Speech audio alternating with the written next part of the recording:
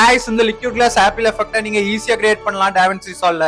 அதுவும் நீங்க அடுத்த ப்ராஜெக்ட்ல அதை ஈஸியா ரீயூஸ் பண்ணிக்கலாம். நல்லா தானே இருக்கியா? நல்லா மாஸ்டரிங் சாஸ் அனிமேஷன் சீரிஸ்ல இது டே 8 நீங்க ஹைப்பிங் சாஸ் அனிமேஷன் கத்துக்கணும்னா மறக்காம DaVinci 10 ஃபாலோ பண்ணி வச்சுக்கோங்க. गाइस ஃபர்ஸ்ட் வந்து ஒரு ஃபியூஷன் கம்போசிஷன் எடுத்துக்கோங்க.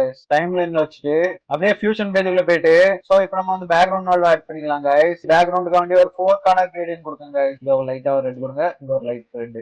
ரெண்டு மெர்ஜ் நோட் ஆட் பண்ணுங்க गाइस. சிம்பிள் தான். இப்போ டிஸ்பிளேஸ் நோட் ஆட் பண்ணுங்க गाइस. டிஸ்பிளேஸ் நோட் ஆட் பண்ணிட்டீங்கன்னா செகண்ட் இருக்க மெர்ஜ் நோட்ல வந்து கிரீன் அவுட் கூட மெர்ஜ் பண்ணுங்க. இப்போ அதுக்கு மேல ஒரு ரெக்டாங்கிள் மாஸ்க் ஆட் பண்ணுங்க गाइस. அந்த ஷேப் கொடுக்க போறதுக்காண்டி இந்த கிரீனோட மெர்ஜ் பண்ணிக்கோங்க. ஃபர்ஸ்ட் இருக்க மெர்ஜ் வந்து அப்படியே எடுத்துட்டு டிஸ்பிளேஸ்ல கனெக்ட் பண்ணுங்க. எந்த டிஃபரன்ஸும் தெரியலையா? இப்போ உங்க வந்து டிஸ்பிளேஸ்ல வந்து அட்ஜஸ்ட் பண்ணுங்க गाइस. ஆஃப்செட் வந்து 0 வச்சுக்கோங்க. ஃபிராக்ஷன் ஸ்ட்ரெங்த்தையும் 0 வச்சுக்கோங்க. இப்போ ஒரு ஷேப் கிரியேட் ஆயிருக்கு.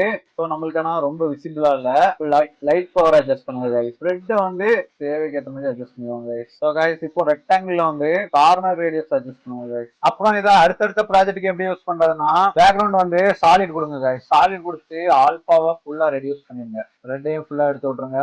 மாஸ்டர்ஸ்ல போய் மாஸ்டர்ஸ்ல போய் ஃபியூஷன் ஃபோல்டர் கிரியேட் பண்ணிட்டு அதுல அப்படியே எடுத்து போட்டீங்கன்னா அங்க வந்துடும். நீங்க அப்புறம் அடுத்த ப்ராஜெக்ட்ல யூஸ் பண்ணிக்கலாம்.